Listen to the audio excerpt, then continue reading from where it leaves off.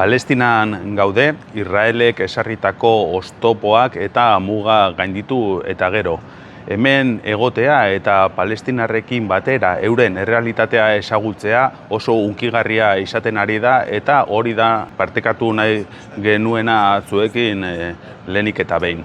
Birzeit, unibertsitatean gaude, hemen Cisjordanian, bertan Progressive Internationalek eta Al-Shabakak antolatutako The Ramallah Congress on the Decolonization of Palestine kongresuan parte hartzen, nazioarteko beste ordezkari politikoekin batera eta adituekin ere.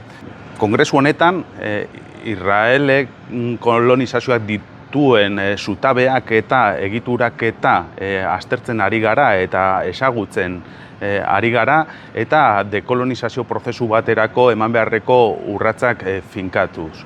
Elkartasuna ekintzekin erakusten da, hori da hein batean ere gu hemen egiten ari garana, Ramallan egonda, Palestinar herriarekin batera, eta hori da datorren larun batean ere Euskal Herria eta Palestinaren arteko futbol norgehiagoka, baina askoz gehiago den horretan erakutsiko duguna. Elkartasunak azkenean ez duelako mugarik.